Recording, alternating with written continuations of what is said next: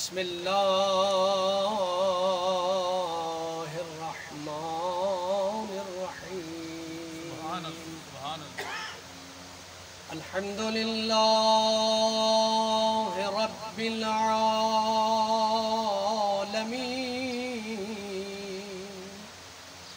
الحمد لله الذي لا يبلغ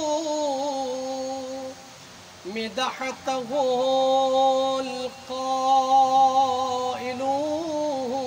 القائلون ولا يحصي نعماءه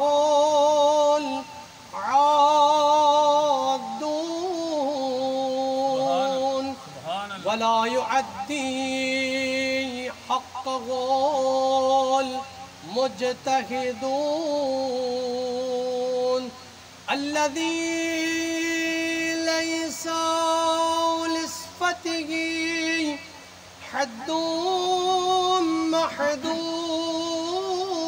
محدود ولا نعت موجود ولا وقت معدود ولا أجل ممدود فترى الخلائق بقدرته ونشر الرياح برحمته وبدد بصخور ميدان أرضه والصلاة والسلام والتحية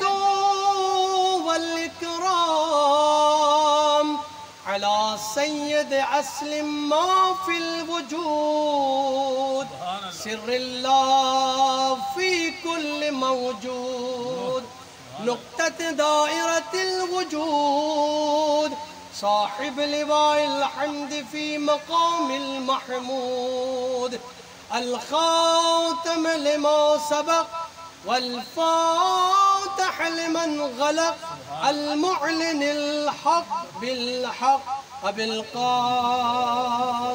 محمد اللهم صل على محمد وآل محمد وآله الطيبين الطاهرين المعصومين المظلومين أما بعد قال الله تبارك وتعالى في محكم كتابه المجيد وفرقانه الحميد وهو أصدق الصادقين وقوله الحق بسم الله الرحمن الرحيم أطيعوا الله وأطيعوا الرسول وأولي الأمر منكم صدق الله العلي العظيم صلوات پڑھیں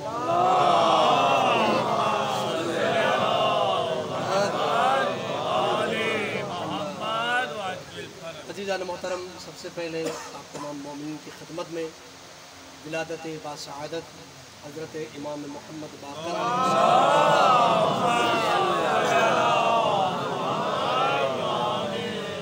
بہت بہت مبارکباد پیش کرتا ہوں یہ خانوادہ اہل بیت میں آج امام باقر علیہ السلام کی ولادت باسعادت ہے یقیناً یہ ماہ مبارک رجب کی پہلی تاریخ بھی ہے اور ولادت بھی ہے خود مہینہ بڑا مقدس اور محترم ہے یہ 3 زینے ایسے ہیں جو انسان کو کمال کی منزل کو پہنچاتے ہیں وہ انسان کی جو آیا ہے بارگاہ رب ذوالجلال سے یعنی معراج سے آیا تھا اور فرش زمین پر ان کو بھیج کر پہچاننے کے لیے پرکھنے کے لیے اللہ تعالیٰ نے کہ میں تجھے فرش زمین پر بھیج رہا ہوں اب تم اپنے عمل کے ذریعے دوبارہ معراج کی منزل کو پہنچو اگر انسان معراج کی منزل کو پہنچنا چاہتا ہے تو یہ ماہ مبارک رجب کا مہینہ جو ہے بہت مقدس اور بہت محترم مہینہ ہے آج سے آغاز کریں اس مہینے کے اندر کی فیوزات اس کی برکتیں اس کی رحمتوں کو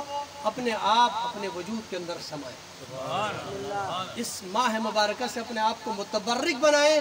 اس ماہ مبارکہ کی دعائیں ہیں، اس ماہ مبارکہ کی نمازیں ہیں، اس ماہ مبارکہ کے اعمال ہیں۔ اگر اس طرف تھوڑا سا متوجہ، روایت کے الفاظ ہیں کہ اس مہینے کے اندر اگر پہلا عشرہ، دوسرا عشرہ، تیسرا عشرہ، اس تین عشروں کے اندر کوئی آدمی ایک روزہ یا 3 روزے رکھے تو جنت میں ایک ایسی نہر ہے جس کا نام رجب ہے۔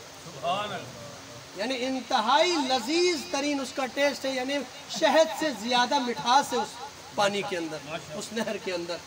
اور یہ نہر جس سے صرف رجب کے مہینے میں، ماہ مبارکہ رجب میں روزہ رکھنے والا سیراب ہوگا۔ لہٰذا ان ماہ مبارکہ کے اندر انسان کوشش کرے کہ اعمال کے ذریعے سے ان کی برکتوں کو حاصل کرے، روزہ رکھیں۔ اس کی بڑی فضیلات اور بڑی برکتیں ہیں کہ جو اس پورے مہینے میں کوئی ایک آدھ روزہ بھی رکھ لیتا ہے تو روایت کے الفاظ ہیں کہ اللہ تعالیٰ اس کے تمام گناہوں کو بخش دیتا ہے۔ اس مہینے سے استفادہ۔ اور خود امام باقر علیہ السلام کی جو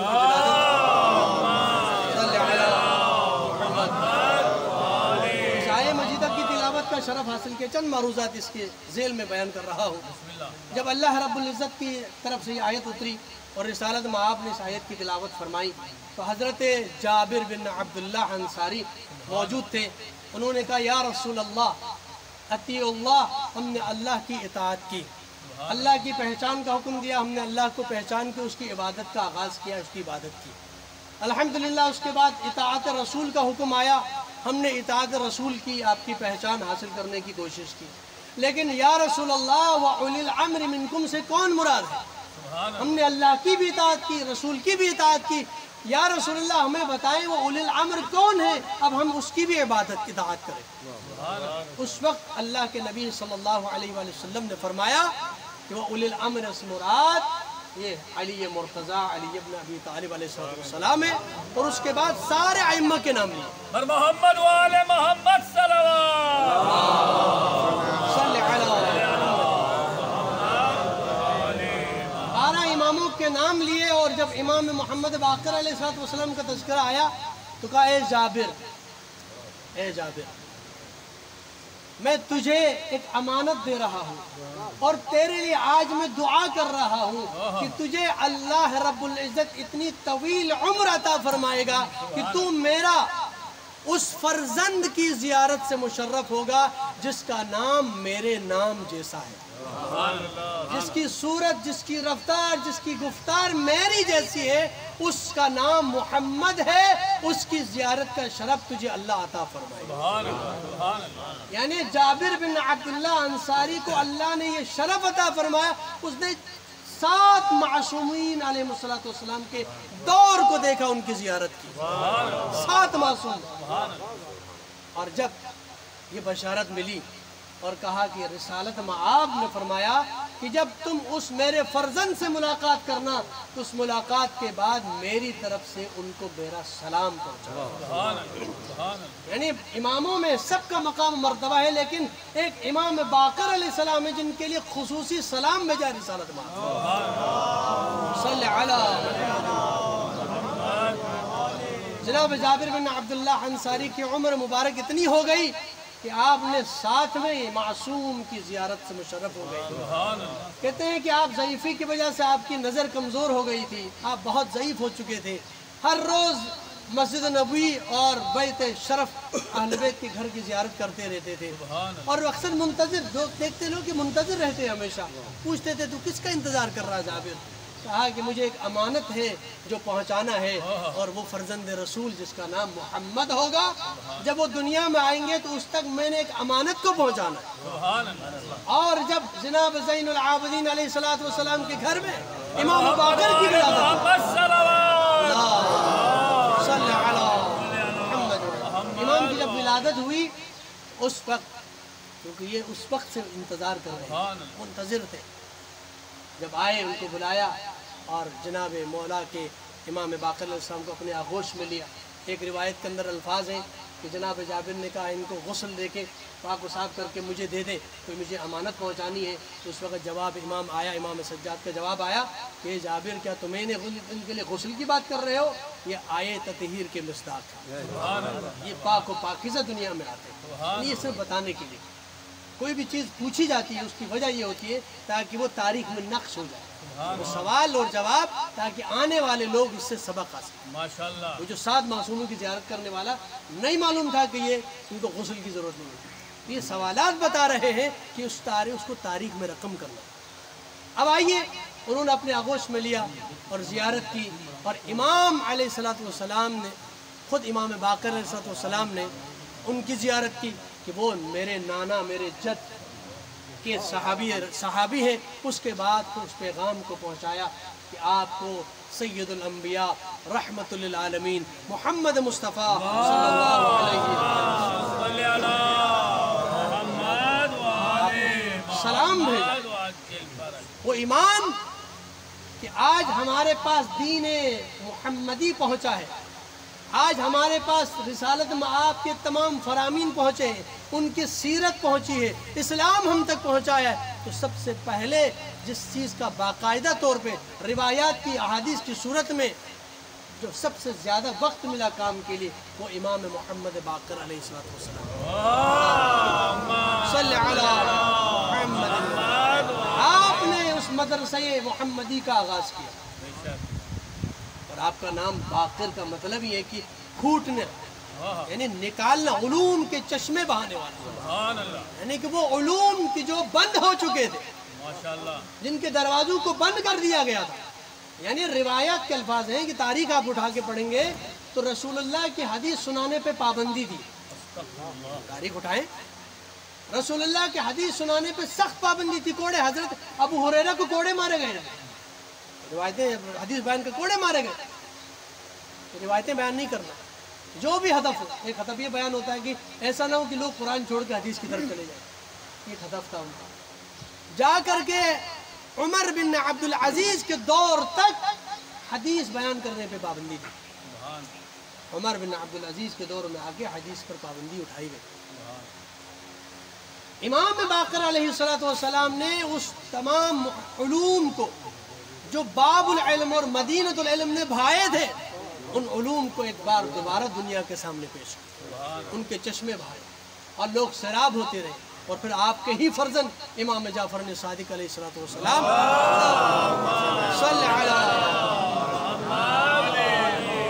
آپ نے وہ یونیورسٹی قائم کی کہ جہاں پر ایسی شخصیات، کہ جہاں جابر بن حیان جیسی شخصیت، کہ آج اگر سائنس کی دنیا میں دیکھا جائے اس سے بڑا سائنسدان کوئی نہیں ہے، اور بڑے بڑے ماہرین فلکیات، دنیا کے سارے علوم سیکھنے والے وہاں، اور خود امام اعظم جنہیں کے امام اعظم امام ابو حنیفہ رحمت اللہ علیہ بھی امام عالی مقام کے شاگرد رہے۔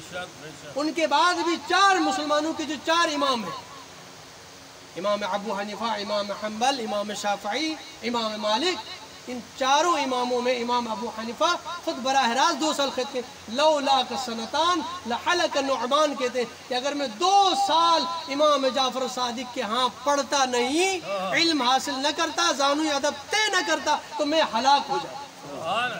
کہ 2 سال جنہوں نے زندگی گزاری، وہ پوری کائنات کے امام بن گئے، امام اعظم بن گئے۔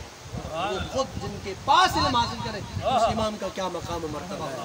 اور محمد وآل محمد صلوات۔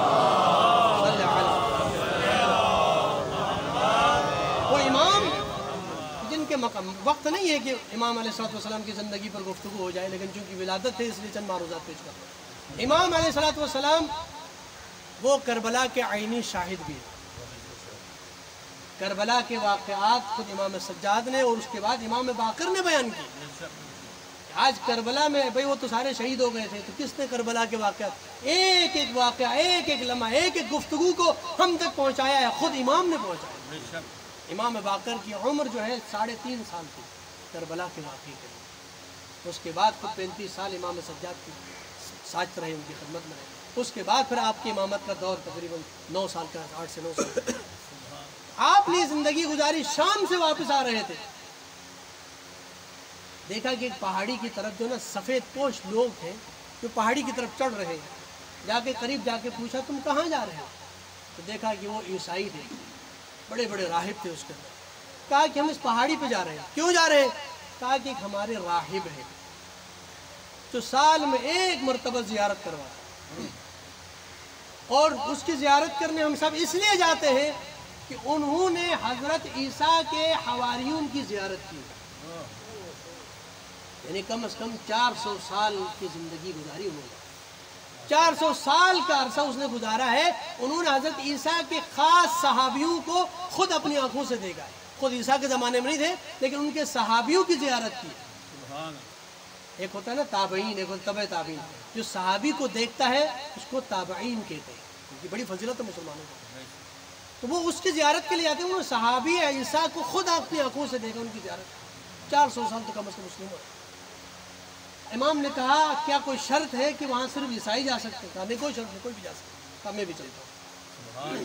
امام علیہ السلام گئے اور آپ کے ساتھ آپ کے فرزند امام باقر علیہ السلام، امام جعفر صادق علیہ السلام صلی اللہ علیہ، آپ بھی ساتھ اس راہب کے پاس گئے جو سال میں ایک مرتبہ دیدار کراتا ہے، لوگ اس کے دیدار کے لیے جاتے۔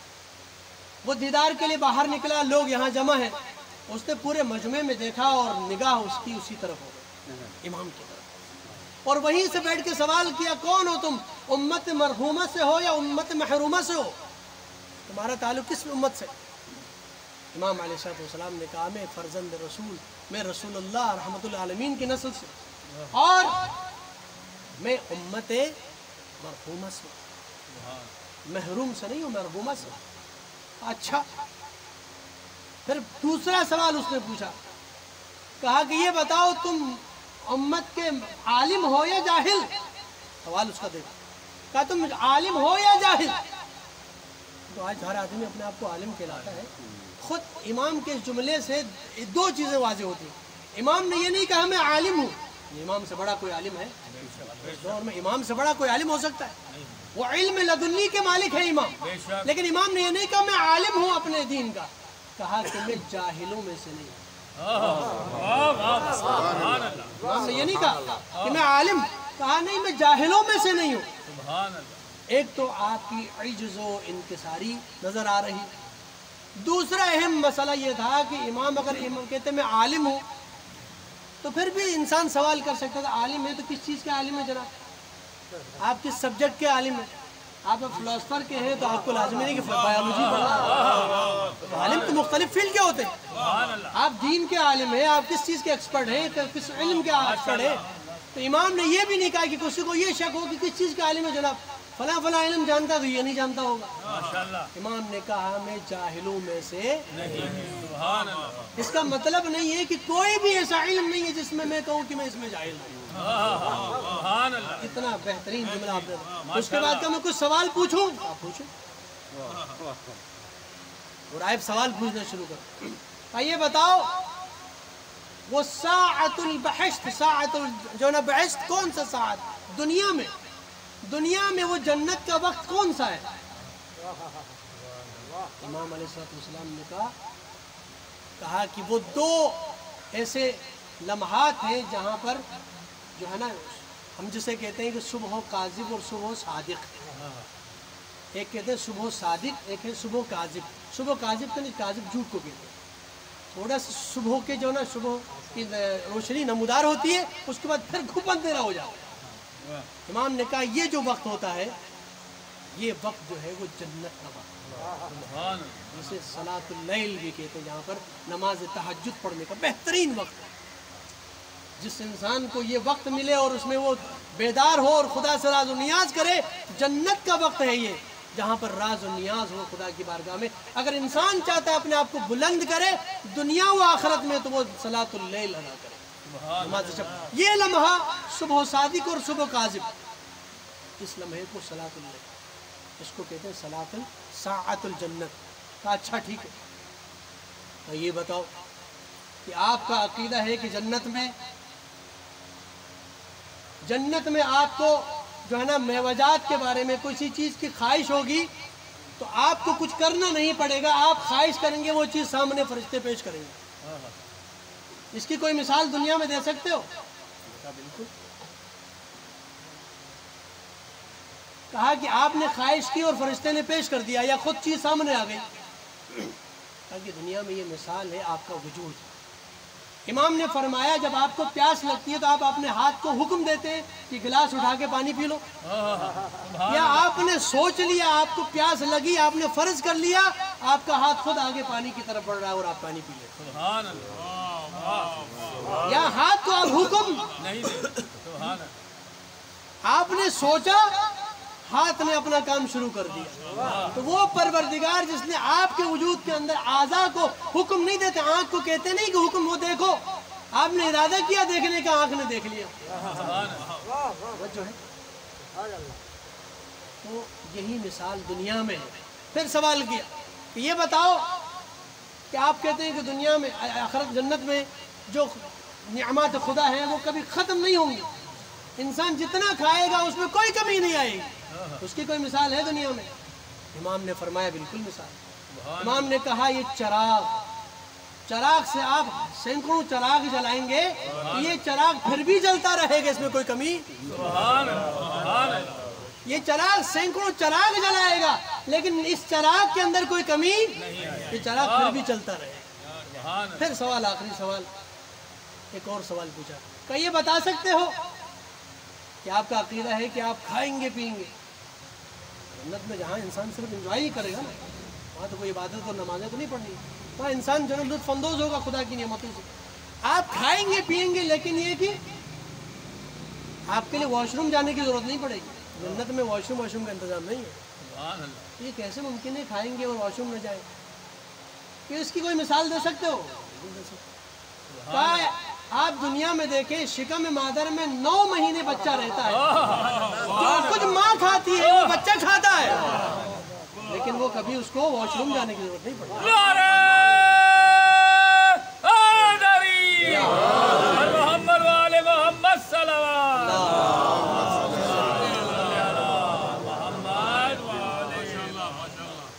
کہا کہ یہ بچہ جو آپ کے شکم، ماں کے شکم میں ہوتا ہے، یہ 9 مہینے رہتا ہے، سبحان اللہ، جب سے یہ غذا لینا شروع کرتا ہے، جو ماں کھاتی ہے وہ غذا اس کو بھی ملتی ہے، لیکن جب تک وہ 9 مہینے شکم مادر میں ہوتا ہے اس کو رفع حاجت کی ضرورت نہیں ہے۔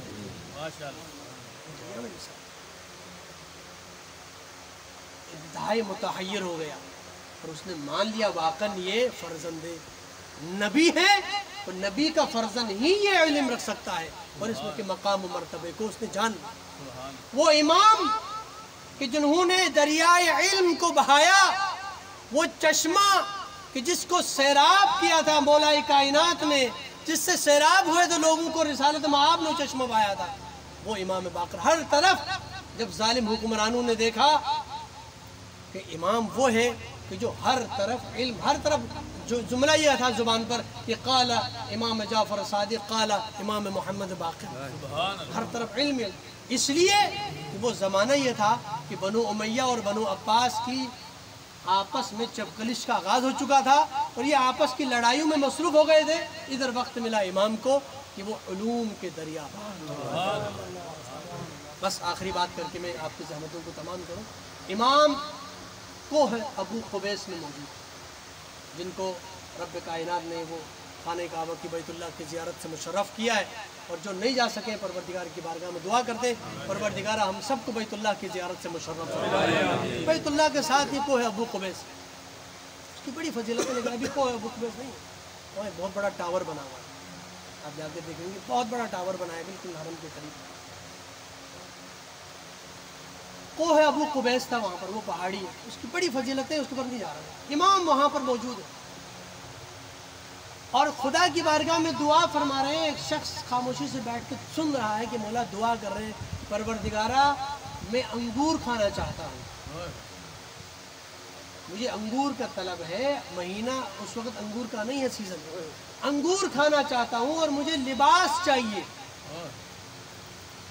سن رہا تھا کہ دیکھتا ہے کہ ایک مرتبہ آسمان سے انگور کا ایک خوشہ آتا ہے، امام اس کو تناول فرماتے ہیں اور 2 لباس امام کی بارگاہ میں لایا جاتا ہے، وہ دیکھتا ہے، اس کے بعد قریب جا کے کہتا ہے کہ آپ اپنا تعارف کرائیے، آپ کون ہیں؟ امام نے کہا کہ میں فرزند رسول ہوں، فرزند حضرت امام سجاد علیہ السلام۔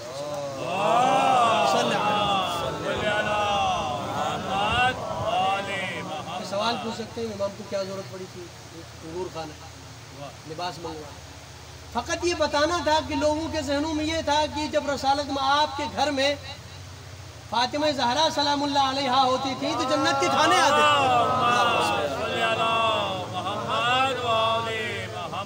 یعنی خانہ زہرا میں جنت کے کھانے آتے تھے اور ان کے بچوں کے لیے جنت سے کپڑے آتے تھے۔ اس کے بعد تو یہ معاملہ ختم ہو گیا۔ امام بتانا چاہتے ہیں کہ جب تک فرزند زہرا موجود ہوگا، جب تک زہرا کی اولاد موجود ہوگی تو جنت کے کھانے بھی آئیں گے، جبرائیل درمان من کے درزی بن کے کپڑے لے کر آئے زمانے کے لوگوں کو۔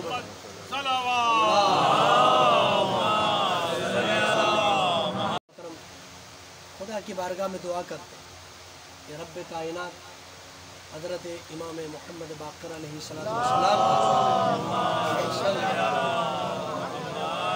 جتنے علوم کے دریا بہائے، ان علوم سے کچھ موتی پروردگار ہمیں بھی عطا فرما، پروردگارہ علوم نافع عطا فرما، پروردگارہ وہ علوم کی جن کے ذریعے ہم خدا کی معرفت اور اہل بیت کی معرفت حاصل کر سکیں، پروردگارہ ہمیں حقیقی معرفت اہل بیت عطا فرما، پروردگارہ ہمیں تیرے خاص بندے بننے کی توفیق عنایت فرما، بالخصوص پروردگارہ فرزند زہرا حجت دورہ امام زمان عجل اللہ تعالی فرجہ الشریف کے خاص بندوں میں ہمارا شمار فرما، پروردگارہ تجھے واسطہ محمد و آل محمد کا اس ماہ مبارکہ رجب سے اس کی فیوزات اور برکتوں سے مستفید ہونے کی توفیق عنایت فرما، پروردگارہ تجھے واسطہ محمد و آل محمد کا ہمیں ہر طرح کے گناہان کبیرہ و صغیرہ سے محفوظ رہنے کی توفیق عنایت فرما، پروردگارہ یہ دعائے ندبہ کا جو اہتمام ہوتا ہے یہ تنظیم فروغ آزاداری کی طرف سے، پروردگارہ اس کو دوام عطا فرما، پروردگارہ ان کے منتظمین کو صحت و سلامتی عنایت فرما، ان کی توفیقات میں اضافہ فرما، پروردگارہ اسی طرح ہم دعائے ندبہ کی تلاوت کرتے رہیں یہاں تک کہ فرزند زہرا کا ظہور ہو جائے، ان کے رخ پر نور کی زیارت سے ہم سب کو مشرف فرما، پروردگارہ ہمارے محترم نثار بھائی نے اس دعا کا اہتمام کیا، اس مجلس کا اہتمام کیا، پروردگار ان کی اس عظیم عبادت کو اپنی بارگاہ میں قبول فرما، ان کے گھر میں اپنی رحمتوں کا نزول فرما، ان کے گھر سے ہر بلا و مصیبت کو دور فرما، ان کے رزق میں وسعت عطا فرما، ان کے کاروبار میں ترقی عنایت فرما، ان کو ان کے خانوادے کو صحت و سلامتی عنایت فرما، ہر طرح کی بلیات سے ان کو محفوظ فرما، پروردگارہ ان کے مرحومین کی مغفرت فرما، ان مرحومین کے لیے دعا کا اہتمام ہوا، خدایا اس دعا کا ثواب، اس مجلس کا ثواب پروردگار ان کے مرحومین کو احسان فرما، پروردگار ان کے مرحومین کے قبور کو اپنے نور سے منور فرما، ان کے مرحومین کے گناہان کبیرہ و صغیرہ کو معاف فرما، ان کو امام حسین کے ساتھ محشور فرما، پروردگار حجت دورہ منتقم کربلا امام زمان کے ظہور میں تعجیل فرما، ہم سب کو ان کے اعوان و انصار میں شمار فرما، ربنا تقبل منا إنك أنت السميع الدعاء بحق زهراء وأبيها وبعلها وبنيها وصلى الله على خير خلقه محمد وآله أجمعين برحمتك يا أرحم الراحمين۔ ایک مرتبہ سورہ فاتحہ، 3 مرتبہ سورہ اخلاص کی تلاوت کریں۔